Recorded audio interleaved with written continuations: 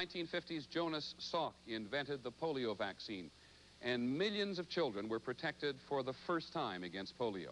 In the 1980s, we don't think very much about polio. We think about AIDS. You may have heard President Reagan at his news conference last night talking about how much government will contribute to AIDS research. Well, the critics think it is not enough. Here's a great first from the 1950s. The first McDonald's. In the Soviet-American competition, what Sputnik had shown us was that Soviets had a capacity to launch a missile and land it on the United States. You know what a great many Americans did? They ran out and they built themselves fallout shelters. And we were so concerned with communism far away from home that we hardly noticed Fidel Castro and the revolution in Cuba.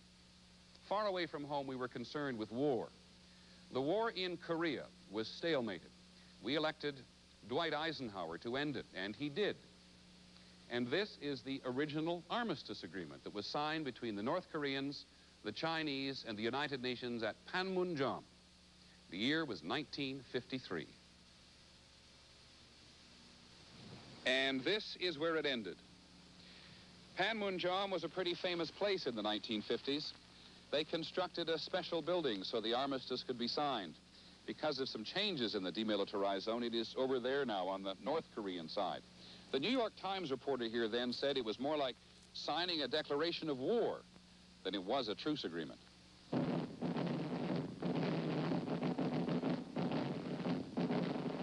The Peace Pagoda in Panmunjom. From your seat in this theater, you are an eyewitness to the step-by-step process of the beginning of the end of the fighting in Korea. General William Harrison signed for the United Nations. There were a lot of commies on the other end. They were all dressed up in their best uniforms. But I didn't believe in bowing and scraping to communists. So I just waited in my old suntans and didn't make any ceremony out of it at all. I just wasn't going to do it. You can still feel the tension here at Panmunjom, and of course Korea is still divided. Down there in the south, 40,000 Americans still on duty, lest there ever be another invasion from the communist north. Korea was the first war that America had failed to win. It didn't lose either. And the reason the fighting stopped here was because of a threat from President Eisenhower. Shortly before his death, in several very candid conversations with friends and historians, the president reflected on many of the actions he'd taken while he was in the White House. And one of the things he did was to tell the North Koreans and the Chinese that if the fighting didn't stop here, he would widen the war and he'd use atomic weapons.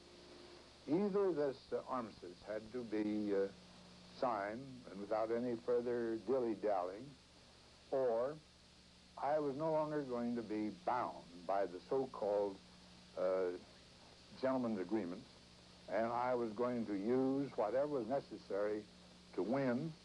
It was an effective threat. It was also the last time an American president would explicitly threaten to use atomic weapons. In 1953, atomic weapons were not unthinkable.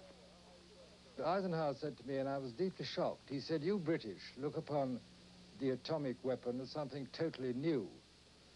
But you've got to remember, throughout history, new weapons have in due course become conventional weapons. The atomic bomb will soon become a conventional weapon." I must say my jaw dropped. Washington's cavalier attitude would soon change. When the Soviets stepped up from the atomic to the hydrogen bomb, we began to realize that using these weapons might mean the other side using them too. Recognizing the need for a strategy to manage America's relations with the communists, President Eisenhower commissioned a study. Project Solarium was top secret for almost 30 years afterwards. I think it probably was a result of sort of two factors. One, the death of Stalin, which took place fairly early within the first few months of the Eisenhower administration. And the second was Eisenhower's own instincts, I guess largely as a result of his military experience, of liking to have staff analyses and discussions of potential problems or areas that were going to require action. The president's advisors considered many options, including overthrowing the communist government in China, and even what the cost would be of a third world war This paragraph from the Solarium Project's final report summed up what would be America's policy towards the communists for the next decade. The United States should take feasible political, economic, propaganda, and covert measures designed to create and exploit troublesome problems for the USSR. While the United States was settling for a draw in Korea, we were already becoming involved in Vietnam. One of America's World War II allies was on the verge of a disastrous defeat in a place called French Indochina.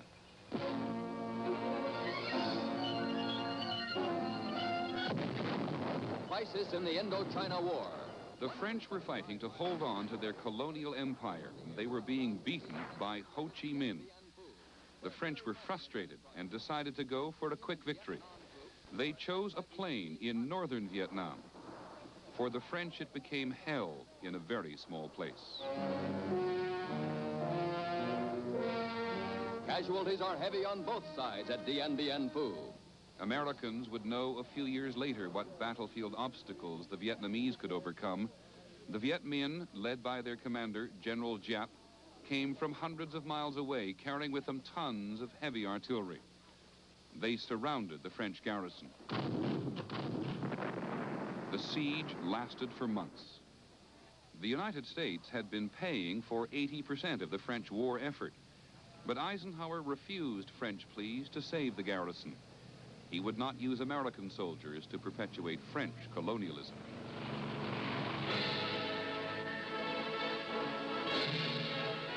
As glorified in this North Vietnamese film, Dien Bien Phu fell on May the 7th, 1954. I think that the Dien Bien Phu victory was a historic victory that was very significant. Dien Bien Phu was a forging ground and also a place to gain experience on modern warfare, so that later on we could expand this to win victory in the fight against the American imperialists. The defeated French troops were marched out of Dien Bien Phu, and French colonial domination in the region came to an end. The events in Indochina were a paradox. Eisenhower would not support an ally's colonial adventures, but communism in the region had to be checked, and the president believed that if it were not, one country after another could fall to the communists. Following a recorded news conference in 1954, it became known as the domino theory. You have a row of dominoes set up, and you knock over the first one, and what will happen to the last one is certainly that it'll go over very quickly. Most of the dominoes were perceived to be here in Asia, and that is one reason the Eisenhower administration spent so much time helping to rebuild the economy of Japan. Washington believed that a democratic and economically powerful Japan would be a counterbalance to the communists in the region. Little did we think then that one day this Japanese economy would be such a powerful threat to our own. The first post-war Japanese products began to trickle onto the American market in the early 50s. Made in Japan then was another way of saying junk. I once discussed with John Foster Dulles, and he told me that, well, Japan will have no opportunity to produce something which Japan could sell to the United States. John Foster Dulles was wrong, and a young Japanese electrician, Akio Morita, set out to prove it. He made the decision during a visit to West Germany in 1953, when he found a small umbrella on a dish of ice cream. I had ice cream, and on the ice cream, small bamboo umbrella was put on, and then waiter said, "This is from your country." I was very much disappointed because there's such a, umbrella on the ice cream represents Japan. So seeing this and hearing this, I made up my mind we should change them made in Japan. But we had a big problem that our company name